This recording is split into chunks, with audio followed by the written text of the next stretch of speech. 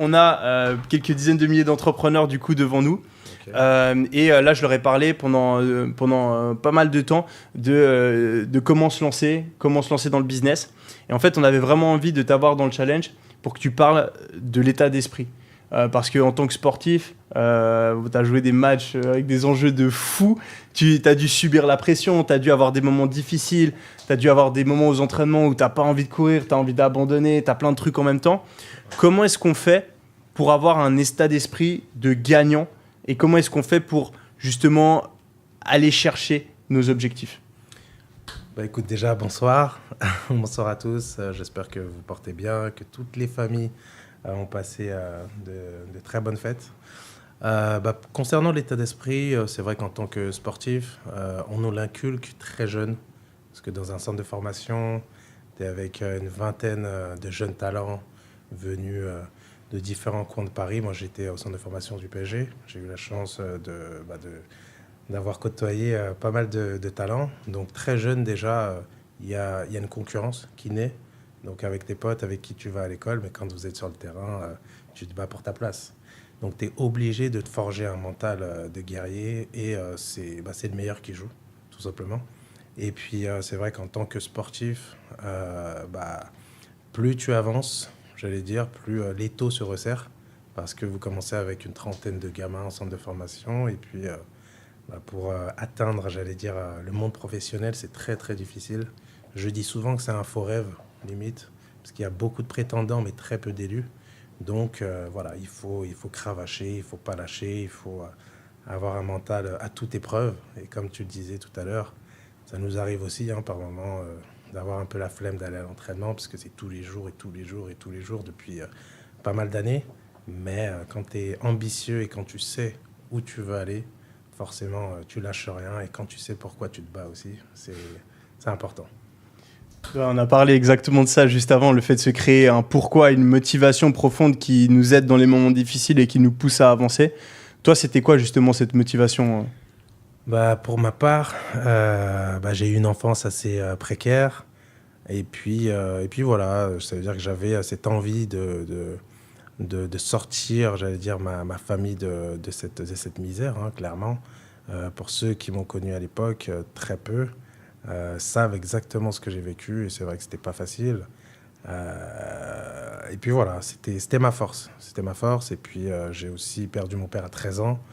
Donc ça a été mon leitmotiv pour me dire, voilà, à 13 ans, j'ai la responsabilité de la famille sur les épaules. Donc Mamad, t'as pas le droit à l'erreur, entre guillemets. Comme je l'ai souvent dit, devenir footballeur pro, pour moi, c'était pas un objectif, comme mes coéquipiers. Pour moi, c'était une obligation. Donc à 13 ans, t'as un mental à toute épreuve, en fait. Une fois que t'as perdu ton père, tu vois, c'était très, très difficile à vivre parce que j'étais pas prêt. À cet âge-là, c'est choquant. Émotionnellement. Et de là, pouf, j'ai switché, je me suis dit let's go, on lâche rien et on va au bout. Et tu faisais quoi du coup dans les moments de doute? C'était quoi un peu les trucs que tu te disais les fois où tu perdais un peu confiance en toi, où il y avait des moments difficiles, je sais pas, peut-être une blessure, etc. Comment tu faisais dans ces moments où tu perdais un peu confiance en toi pour te remotiver et repartir au combat? Je vais pas te mentir, sans prétention ou quoi que ce soit, mais mon caractère, j'ai jamais douté. Franchement, j'ai jamais douté. Encore une fois, ceux qui m'ont côtoyé le savent. Je suis un guerrier dans l'âme, tu vois. Donc pour moi, il n'y a pas de problème, il n'y a que des solutions. Même quand il y a des moments difficiles, je look forward. Je regarde devant, je me dis let's go. Il faut toujours avoir les épaules pour passer en fait les épreuves. Et puis j'en ai tellement eu dans ma vie que le monde du sport pour moi c'était juste voilà, il fallait sauter des haies, tu vois. Donc à chaque épreuve pour moi c'était ok, pas de souci, let's go, on y va, on repart. Allez, on repart. Et souvent on me dit tiens Mamad, t'as même pas le temps de savourer les bonnes choses qui t'arrivent pendant ta carrière, parce que j'ai ce mental-là. Je me dis c'est à la fin du bal qu'on paye les musiciens et c'est à la fin du bal que je ferai les comptes. Mais voilà, à chaque fois, j'étais toujours focus. Et c'est vrai que j'ai eu cette chance-là d'être capitaine dans toutes les équipes où je suis passé depuis mon très jeune âge. Mais c'est certainement grâce à ce mental, tu vois, que j'ai. Et voilà, cette positivité que j'ai toujours dans ma vie et je le retranscris aussi aujourd'hui dans le monde de l'entrepreneuriat, tu vois, avec mes équipes. Et du coup, en tant que capitaine, je pense que tu as dû remotiver les troupes, tu as dû les faire surpasser les moments difficiles. Toi, tu aurais quoi à dire aujourd'hui aux dizaines de milliers d'entrepreneurs qui nous regardent et qui hésitent un petit peu, voilà, qui ont peut-être un peu soit la flemme, soit des doutes et qui, au final, ne se donnent pas les moyens d'atteindre leurs objectifs? Avant tout, mon exemple, en tant que sportif, quand j'étais jeune, j'avais tout pour ne pas réussir. Et à la finalité, j'y suis parvenu. Et j'ai même fait au-delà de mes espérances. Donc je pense qu'en tant qu'entrepreneur, il faut avoir un but. Il faut être passionné aussi. Pour moi, c'est très important, la passion de ce qu'on fait. Et pour moi, il ne faut pas lâcher. Voilà. Pour moi, c'est le travail, c'est la rigueur, c'est le respect du client, c'est l'abnégation, c'est aussi la remise en question. Parce que par moments, on pense qu'on est sur le bon chemin, mais il faut savoir être à l'écoute de ceux qui ont réussi. Parce qu'il y a beaucoup de personnes aussi qui essayent de vous donner des conseils, mais quand tu regardes concrètement, eux-mêmes, de leur côté, ils n'ont pas fait grand-chose. Donc moi, j'aime apprendre de personnes qui ont été concrets, en fait, qui ont fait des choses, qui ont accompli des choses. Et à leur niveau, hein, parce qu'il y a des réussites, pas forcément gagner, j'allais dire, des millions, mais il y en a qui ont eu des très belles réussites, voilà, à hauteur de leur capacité ou de leur business, etc.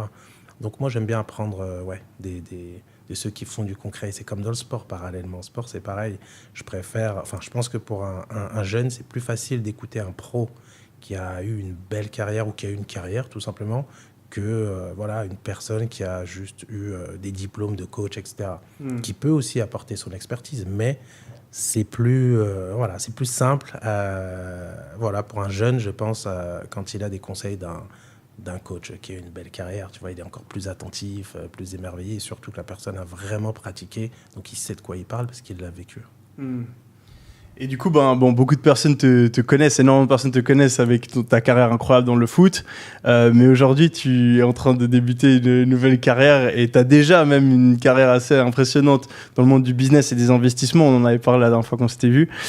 C'est quoi, du coup, toi, tes conseils, disons, le truc le plus important pour toi dans le business, les investissements pour réussir à gagner plus d'argent, à faire fructifier son activité? Moi, je pense qu'avant tout, c'est comme... je vois le business comme... c'est exactement pareil que le monde du sport. Avant tout, ce qui est important, c'est les équipes. Dans une équipe de foot, un coach a besoin de bons éléments qui met au bon poste, au bon moment, celui qui est en forme, etc. Et créer une cohésion d'équipe, tu vois, pour pouvoir être performant. C'est pour ça qu'il y a pas mal de restos qui sont faits entre teammates, que ce soit dans le rugby, dans le foot, etc. Et au niveau du business, pour moi, c'est exactement pareil. C'est comme ça que j'échange avec mes équipes. J'essaie de faire en sorte qu'il y ait une bonne cohésion d'équipe pour que tout le monde, pour qu'on puisse tirer le maximum de chacun, tu vois. Et déjà, pour moi, ça, c'est très, très important. Ensuite, pour que le business fonctionne, comme je l'ai dit tout à l'heure, déjà, il faut avoir à l'esprit, en tout cas, c'est comme ça que je fonctionne, c'est faire les choses avec passion, mettre de la qualité dans ce qu'on fait et être au service du client, à l'écoute du besoin et essayer de répondre du mieux possible avec le meilleur service possible. Ok. Et du coup, toi, aujourd'hui, tu as pas mal d'activités. Et si les personnes qui sont intéressées justement par ce que tu fais, où est-ce qu'ils peuvent te retrouver? Donc moi, j'ai créé une holding qui s'appelle Sako & Co, qui abrite 5 sociétés dans l'immobilier. On est présent sur Dubaï, donc on a une équipe d'une dizaine de brokers avec tout ce qui va avec, donc le suivi juridique, comptable, etc. Ensuite, on est aussi sur Marrakech, sur Paris, donc pour toutes les personnes qui cherchent des biens, que ce soit dans l'investissement ou pour eux-mêmes, hein. On a des équipes qui sont là pour les accompagner. Donc à ce niveau-là, ça s'appelle donc Sako Properties. Ensuite, on a Sako Interior Design. On est en train d'ouvrir un showroom ici avec une grosse marque italienne de 400 mètres carrés sur Dubaï et on est worldwide, donc avec du Made in Italy. On a aussi donc une conciergerie pour organiser des vacances de personnes qui veulent voyager, que ce soit au Sénégal, à Dubaï, au Maroc, Los Angeles, etc. Même à Paris, dans le sud de la France et tout. On a aussi une boîte de consulting qui accompagne les personnes justement à créer des sociétés sur Dubaï, à obtenir des visas, voilà, tout ce qui est à ce niveau-là. Et puis, on a de la production. On fait aussi de la production vidéo avec des vidéographeurs. Ce sont des tueurs à gages, beaucoup d'expérience. Ils ont fait des très belles pubs pour des grosses marques. Ils ont travaillé pour Dr. Dre, là, ils viennent de faire Bentley la semaine dernière, par exemple. Donc, voilà un petit peu. Ok, on mettra du coup tous les liens. Et du coup, pour les personnes qui nous regardent, qui peut-être, tu vois, voient ton parcours, se disent « Ouais, moi, jamais j'aurais réussi à faire... footballeur professionnel, je pourrais pas avoir tous les 5 business là que tu viens de citer, ou même, tu vois, on avait Eric Larchevêque, tu connais peut-être, qui a fait un business à 1 milliard, tu vois, ils regardent des gens comme toi, comme lui, peut-être même comme moi, et ils se disent, mais attends, moi, je suis juste un mec normal, je suis juste un petit étudiant, je suis juste un mec qui a son taf, etc. Est-ce que vraiment c'est possible ? Tu dirais quoi à ces gens-là qui se disent qu'en fait, le succès, c'est pour les autres ? Non, moi je pense que c'est possible si on s'en donne les moyens, si on y croit. Par exemple, quand on regarde mon parcours, moi j'ai arrêté l'école à 16 ans, parce qu'il a fallu que je rentre dans le monde professionnel très vite. J'ai intégré le groupe pro très jeune, mais ça n'a pas empêché à ce que j'ai cet esprit d'entrepreneur et que je sois à l'écoute. Et j'ai toujours voulu apprendre autre chose que rester dans mon milieu, tu vois. Et donc, de ce fait, je pense que voilà, je me suis créé, cette philosophie-là. Et aujourd'hui, quand tu regardes mon business, c'est simplement simplement, c'est un grand mot, mais je dirais, voilà, c'est mettre les personnes qualifiées au bon endroit et au bon moment, tu vois. Donc aujourd'hui, quand on accompagne des sportifs sur des investissements, c'est pas moi qui vais, par exemple, faire une visite, etc. Donc j'ai des agents qualifiés qui vont proposer des biens adéquats à l'investissement du client. Et à côté de ça, voilà, on a tout ce qui est tout le service juridique, l'accompagnement, etc. Donc au final, mon business, il est de bien m'entourer. Et ça, on le dit aussi aux sportifs, c'est de savoir bien s'entourer, parce qu'il y a pas mal de sportifs qui ont justement ce petit défaut-là à finir leur carrière sans avoir anticipé l'après, tu vois.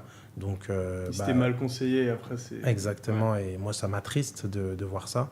Donc voilà, moi c'est ce que j'ai essayé de faire pendant toute ma carrière, c'est investir pas mal dans l'immobilier. C'est quelque chose que je trouve sécure, voilà, c'est safe, il y a un collatéral, il y a du mur, et puis comme je dis, ça te rapporte ça te rapporte des petits bébés. Incroyable. Merci beaucoup pour ton temps et ton intervention. J'ai adoré. Je pense que les entrepreneurs ici aussi. Alors attends, je vais juste regarder si on a le temps peut-être de te faire prendre une ou deux questions. Tu as le temps encore de rester quelques minutes ? Ok, magnifique. Alors on va activer, les amis, si vous avez des questions pour Mamadou Sakho, vous pouvez les poser dans le chat. On va activer le chat. On est stylé, hein. Le setup il claque.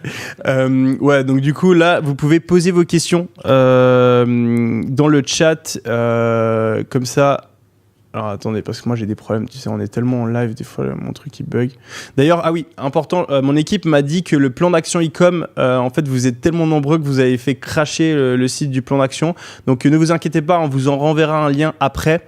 C'est juste qu'on est beaucoup trop, on s'attendait pas à autant de personnes en live et vous êtes tous ultra chauds et vous êtes là jusqu'à la fin du challenge. Moi je pensais qu'il y avait les 2 tiers qui allaient partir parce qu'à chaque fois les gens au bout d'un moment ils sont fatigués, ils retournent sur Netflix au lieu de se former. Mais là voilà, vous êtes 60 000 à rester, à être ultra déter, ça fait trop plaisir. Donc on va rétablir le plan d'action e-com, ne vous inquiétez pas. Si mon équipe peut partager du coup les questions, moi j'arrive pas à les voir malheureusement, on est trop nombreux. Est-ce que j'arrive à faire venir les questions pour Mamadou Sakho? Ok, est-ce qu'il y a moyen d'avoir les questions, les amis? Parce qu'on a fait bugger la Q&A une fois de plus, malheureusement. Donc, ouais, toutes les informations, les amis, vous seront envoyées de toute façon par email et sur le groupe Telegram. Donc, voilà, j'ai les premières questions qui arrivent. Comment est-ce que tu as fait la transition du coup entre footballeur et businessman? Intéressante comme question. Comment j'ai fait? Donc, en fait, je me suis mis en tête que quand j'allais arriver vers la fin de ma carrière, aller 3-4 ans avant, j'allais justement réfléchir à ce que j'allais faire, bien sûr, plus tard. Et forcément, en tout cas, enfin, moi, dans mon esprit, c'était entreprendre. Et comment j'ai fait, c'est que je me suis entouré, je me suis organisé avant. Donc, j'ai monté plusieurs équipes pour justement mettre tout ça en place. Et puis, je donnais beaucoup de temps après mes entraînements, beaucoup de temps consacré au bureau, au travail, etc. Et puis, il y a à peu près un an, un peu plus d'un an, voilà, que j'ai pris beaucoup de temps à venir sur Dubaï, à mettre tout ça en place. Et je suis quelqu'un de concret, comme je dis, la vérité c'est sur le terrain. On peut s'entraîner pendant 8 mois, mais si sur le terrain, t'es pas prêt quoi, tu vois. Donc c'est pareil pour le business. Donc j'ai fait en sorte de monter toutes les boîtes, de créer tous les sites internet, les CRM, enfin bref, beaucoup de boulot derrière ça. Tout n'arrive pas comme ça, hein. Il faut consacrer du temps et voilà. Mais voilà, aujourd'hui, je suis content, tout se passe très bien. On a lancé le 13 novembre, tu étais présent d'ailleurs à l'événement du lancement du groupe. Et puis là, on lance les boîtes petit à petit et on bosse. Donc ça se passe bien. Et je suis content et fier de mon équipe. Du coup, c'est quoi pour toi la différence entre un très bon entrepreneur entre un entrepreneur et un très bon entrepreneur niveau mindset, que ce soit dans l'entrepreneuriat ou même dans le sport? C'est quoi qui fait la différence entre un bon état d'esprit et un très bon état d'esprit? Moi, je dirais qu'il y a deux types d'entrepreneurs, en tout cas de ce que j'ai appris. C'est l'entrepreneur qui va voir short terme et l'entrepreneur qui va avoir une vision très high, très long terme. Donc, quand tu establishes tes boîtes, ces deux mindsets-là, pour moi, font la différence. Parce qu'il y en a, ils veulent tout de suite faire de l'argent et leur business, par moment, il peut être, bien sûr, j'allais dire une machine à cash, mais voilà, il ne va pas perdurer dans le temps. Et il y en a d'autres qui vont bâtir leur boîte avec une vision sur 20 ans, tu vois. Et donc, eux, en général, en tout cas de ce que j'ai appris, eux, en général, ils arrivent à avoir une base très, très solide. Et même quand ils ont un moment, j'allais dire un coup bas, entre guillemets, vu que la base, elle est solide derrière, ils arrivent tout de suite à switcher et à repartir, tu vois. À fond, je pense que c'est un magnifique conseil pour terminer ton intervention. C'était un plaisir de t'avoir. Merci beaucoup. Je pense que tout le monde a kiffé dans le chat. J'ai vu beaucoup de personnes intéressées. Donc merci beaucoup Badou, et puis je te souhaite vraiment plein de succès sur tes projets. Pas de soucis, yes, au top. Et bon courage à yes, merci. Courage à tout le monde. Yes, courage à tous les amis. Ne lâchez rien, il n'y a rien d'impossible, croyez-moi. France-Ukraine l'a prouvé, mon parcours l'a prouvé, et dites-vous qu'il n'y a rien d'impossible. C'est passé quoi à France-Ukraine? Ce qui s'est passé, je pense qu'il faut mettre... il faut remettre les vidéos. Je sais pas si j'ai le droit. non, mais même ça, tu vois, je prends juste une vas-y, minute, mais tu vois, c'est un exemple d'état d'esprit. Avant le match retour, tout le monde nous croyait morts, tu vois. Tout le monde s'est dit, allez, c'est fini. Ça n'est jamais arrivé dans l'histoire qu'une équipe perde 2-0 et fasse, j'allais dire, ce changement de situation. Et moi, juste après le match, dans la douche, j'ai dit aux mecs, les gars, on va aller au Brésil. Je sais pas comment, mais les mecs, on va y aller. C'est-à-dire, j'étais sûr de moi. J'avais une force intérieure qui disait non, c'est mort. On peut pas les laisser aller au Brésil. Le match retour, c'est chez nous, dans notre stade, devant notre public. Oh, on a une équipe de fous. Non, ça va pas se passer comme ça. Donc, cette détermination, pareil, c'est là où je te dis, j'ai jamais douté. Tu vois ce que je veux dire? C'était un exemple pur. Jamais de doute. Et ce match-là, on a fait ce qu'il fallait. Et toi, t'as fait quoi? Non, moi j'ai fait mon boulot et ce jour-là, le bon Dieu a décidé que je mette, que je sois au bon endroit au bon moment. Et voilà, j'ai participé à cette épopée magnifique. Mais c'est juste pour vous dire que c'est un exemple de, même si tout le monde vous enterre, dites-vous qu'il y a toujours une chance. Voilà. Incroyable. Incroyable, merci beaucoup. Pas de souci. Merci, t'as assuré.